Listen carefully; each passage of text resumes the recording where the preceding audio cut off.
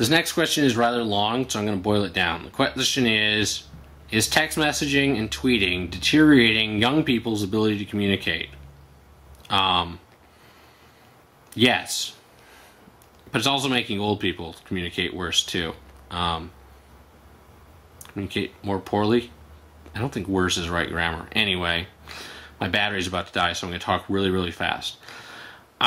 The fast communication pace has made it more acceptable for people to have spelling and grammar errors.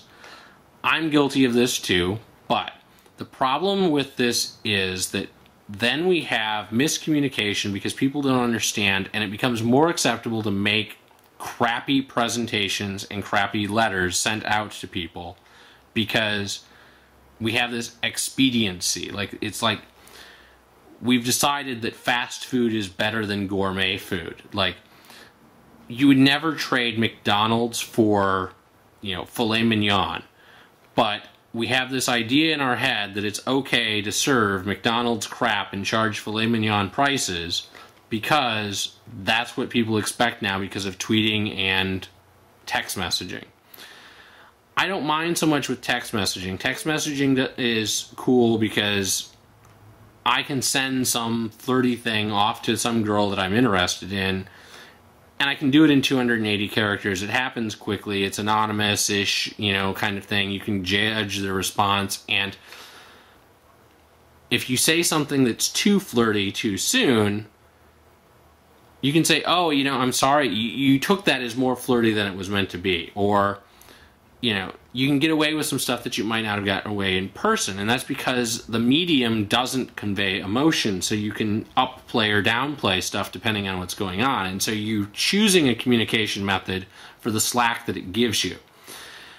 When you then transfer that kind of thinking over to email, it doesn't work. Like, all of a sudden, email that has no page limit, no text limit, no grammar rules, like you can write a good one. You're not limited. Like, oh, I left the apostrophes out because I couldn't fit them on in my 140 characters. And I'm guilty of that too. Or I used the ampersand when I shouldn't have, or any kind of thing. But people then think that that makes it socially acceptable in all types of things. Imagine if I tried to make all of my YouTube videos in 140 characters equivalent. I said, okay, there's 5 characters per words, 140 characters, so I'm going to do 28 words per, and that's how many words all of my YouTube videos are. Nobody would watch that. That's stupid. So, yeah. I also think that it's created this society that thinks that we care what I'm eating. This whole, I'm about to eat this thing, or I arrived at, or those kind of things, just, they don't interest me.